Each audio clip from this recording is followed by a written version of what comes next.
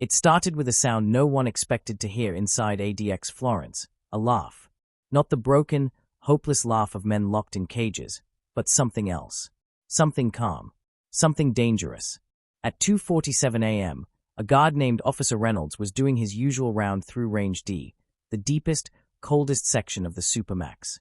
That's where the most dangerous inmates in America lived: terrorists, serial killers, gang leaders. Men who would never again see the sun without bars cutting through it. But that night, Reynolds froze. Through the tiny window of cell D12, he saw the inmate sitting at his metal desk, smiling. And on the table was a key. Impossible, Reynolds whispered. There were no keys inside ADX Florence. Not for inmates. Not even fake ones.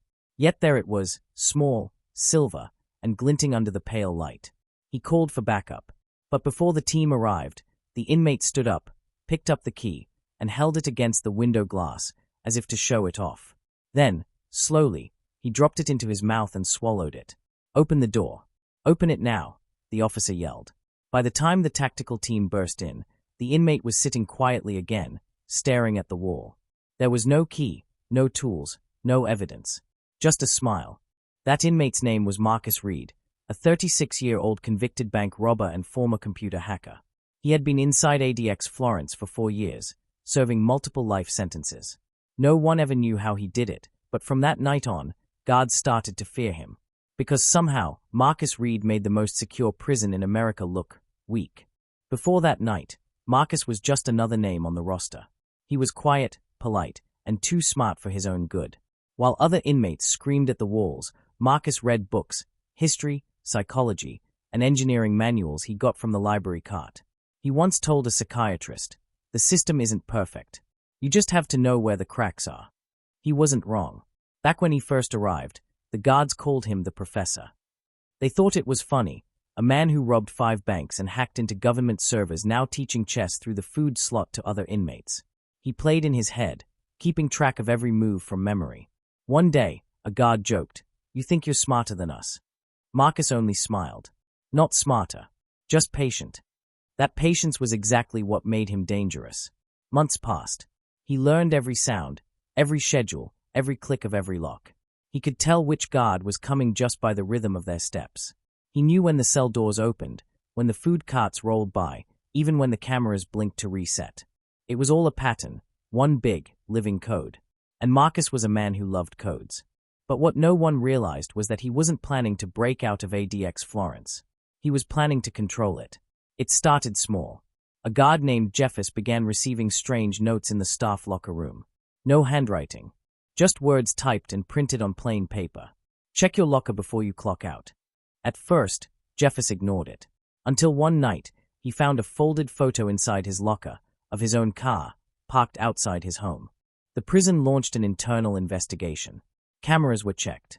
No one was seen near Jeffers' locker. But the message was clear. Someone inside knew things they shouldn't. Rumors spread fast. Some said an inmate was sending messages through laundry deliveries.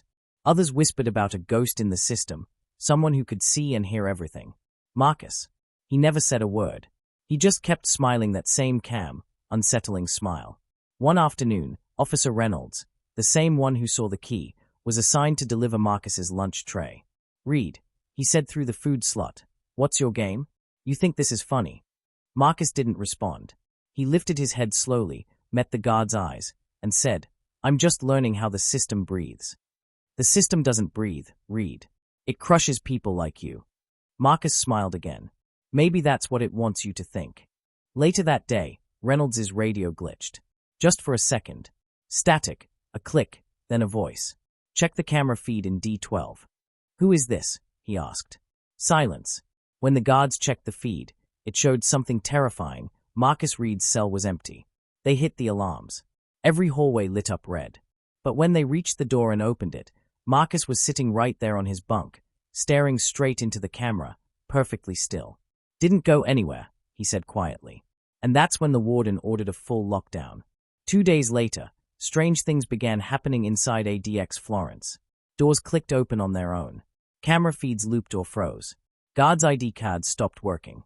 The IT department said it was a system malfunction. But one technician swore he saw something in the digital logs, a small string of letters typed at 3:04 a.m. Hello, Florence.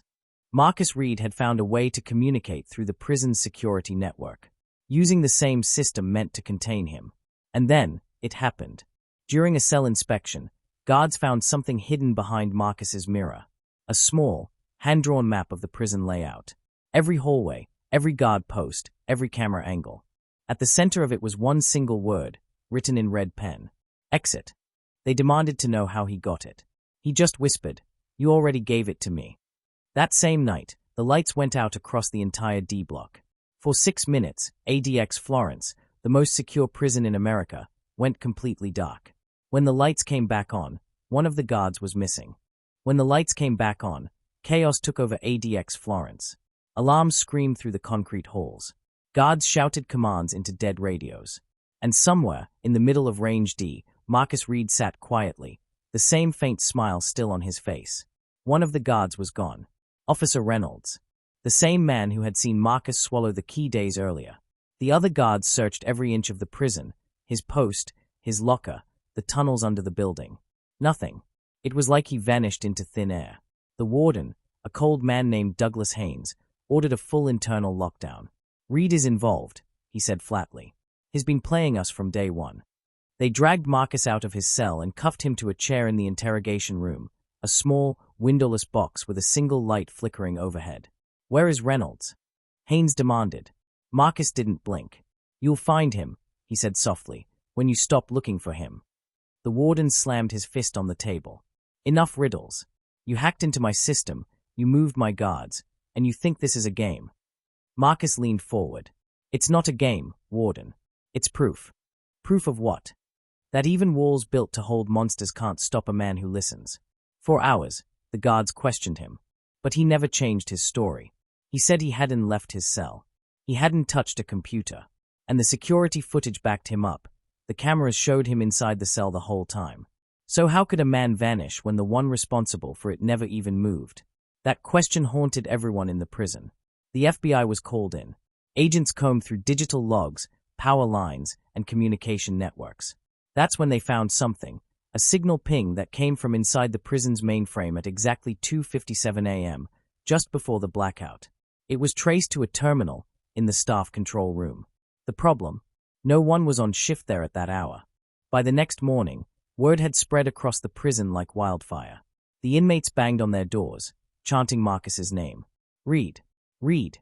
they shouted, over and over again.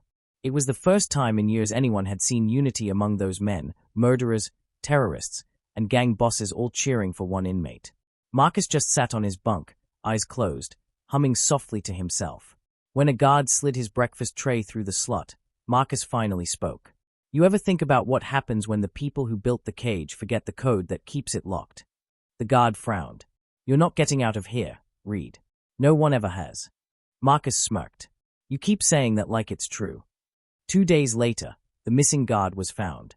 Or rather, what was left of him.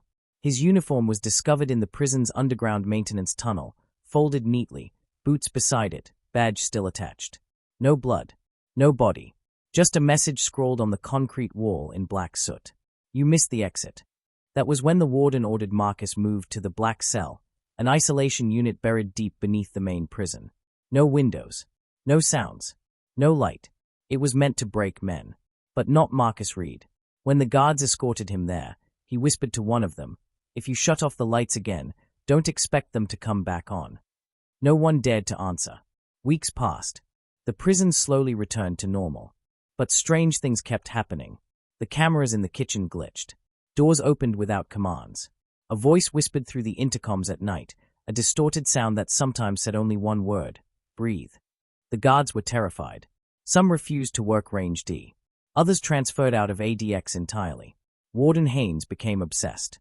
He spent sleepless nights in his office, staring at screens full of static. He needed to know how Marcus had done it. Finally, one night, he went down to the black cell himself. He stood before the thick steel door and ordered it opened. "Marcus Reed," he said into the darkness, "I know you're behind this. Tell me how." At first, there was silence. Then, a faint tapping, slow, deliberate. Tap, tap, tap. 3 beats. Then a pause. Tap, tap, Morse code. The technician standing next to the warden translated quietly. It's already open. What? Haynes demanded. What's open? The technician swallowed. Sir, the system. They rushed back upstairs to the control room and froze. Every cell door indicator on the central screen was glowing green. Unlocked. The alarms blared again. Guards sprinted through the halls, shouting orders, locking down sections manually. But when they reached Range D, something didn't add up. All the inmates were still in their cells, standing at attention. Every single one. And on each of their trays lay a single folded sheet of paper. When the guards opened one, they saw the same words written in neat, perfect handwriting. You can lock the doors, but not the minds that remember the way out. Down in the black cell, Marcus Reed smiled in the dark. That was the night ADX Florence officially shut down its digital system for 48 hours, something that had never happened in its history. The FBI arrived again. They seized every computer, every wire, every hard drive. But when they checked the system logs, they found something none of them could explain. A command had been entered from a terminal that didn't exist. A login from an ID number that had been deactivated 2 years ago, the same year Marcus Reed was arrested. The ID belonged to his old alias, M.R.01. No one could prove how he did it. No one could prove he escaped. But one thing was certain. After that night, Marcus Reed was transferred out of ADX Florence, destination unknown. Some say he died in transport. Others say the government recruited him to work in cybercrime under a new identity. But the guards who were there, the ones who heard that voice on the radio, saw those lights flicker, and felt the locks click open on their own. They tell a different story. They say Marcus Reed never left ADX Florence. He simply became part of it.